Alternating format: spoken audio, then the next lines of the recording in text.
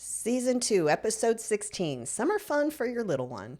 It's summer, y'all. It's broiling outside. Okay, I'm in Houston, Texas, so you may not have the same kind of soul-crushing heat as I do. Lucky. So this episode is all about how to keep those kiddies having fun without losing your sanity. Before that, though, I will be doing a live and in-person presentation in the Woodlands, Texas at Fusion Academy, all about adoptive families on Friday, June 28th at 9 a.m. If you would like to attend, sign up for my email list, www.faithful-futures.com, to see if there are still some spaces for you to be able to register. See if there's some space left.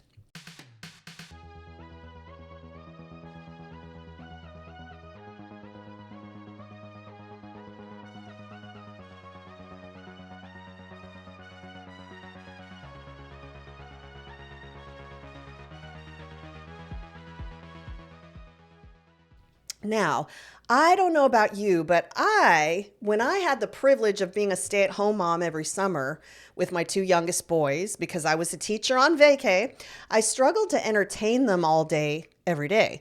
So without any structure, there was nothing but constant arguing or the words, "I'm bored." So I thought I'd share some ideas with you about how to entertain those kiddos when they are constantly telling you how bored they are. So the first thing is you want to write down a flexible schedule to set it up for each day. So maybe it's on a whiteboard in the kitchen, maybe it's on a chalkboard, maybe it's on a piece of paper on the fridge, whatever the case. I suggest that you write it down, but keep it flexible.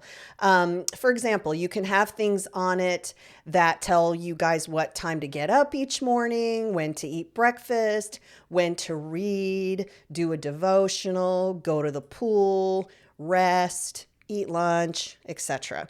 Now, I say flexible because things can always change. Maybe one kid gets invited to a play date or grandma comes to visit. It's okay to have some deviation from the schedule for the unexpected. Now, here are the ideas I used to keep my boys occupied that they absolutely loved. They still talk about it to this day, and they're 16 and 20. So for one thing, you could have a scavenger hunt for them to find unusual things all over the house. You'll have to read them what to find if they don't read yet, but you can write down clues for older kids. Have them dress the dog, cat, hamster, etc. in the most creative costume possible and have a fashion show to present it. Now, if the pet hates this, please don't force them. I really don't want PETA coming after you or me for giving you the idea. They could also create a recipe using whatever edible things they can find in the kitchen. Super fun, but super messy, so you may want to set down some ground rules about how to clean up after. They could also have a baking or cooking competition. This will work better, of course, if they know how to be safe in the kitchen. But, you'll be able to help them out if they're younger, keeping them safe, of course. But yeah, they can have a competition where you can be the judge, or maybe dad can be the judge, or a friend next door, whatever. But that's another fun idea. Another idea is Vacation Bible School. Not only did my church offer this every summer for cheap or free, churches all over my community do every year. So while your kids are learning about Jesus by singing songs, making crafts, and making friends, you can have coffee with another mom, get a pedicure, or take a nap. These next ideas are specifically for adopted kids.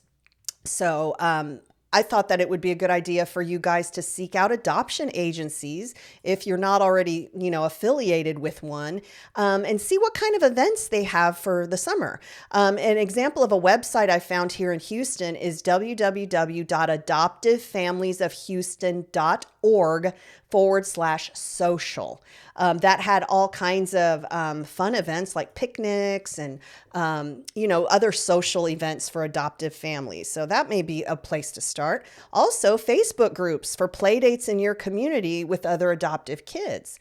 You could also invite adoptive families to a backyard barbecue, pool party, or a bounce house, especially if it's hot outside. Bounce house, air condition. You can also do some research with your kids about successful adopted people and showcase and celebrate a different one each day of the summer. For country fans, I just found out that Faith Hill was adopted. I also found out that one of my favorite singer-songwriters of all time, and I've seen her play 3 times, Sarah McLachlan. I had no idea that she was adopted, and I've been a fan since I think when her album Fumbling Towards Ecstasy came out. You can also write and perform skits with your kids about their adoption stories. You can write and perform simple songs or poems about their adoption stories. Have a lemonade stand or some other fundraising event and donate the money to a nonprofit that works with adoption. The ideas are endless, but here's a good start.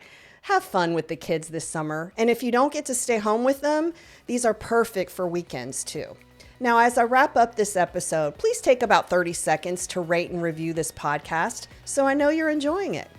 I just want to once again thank you for answering the call to adopt. Jesus loves you, and so do I.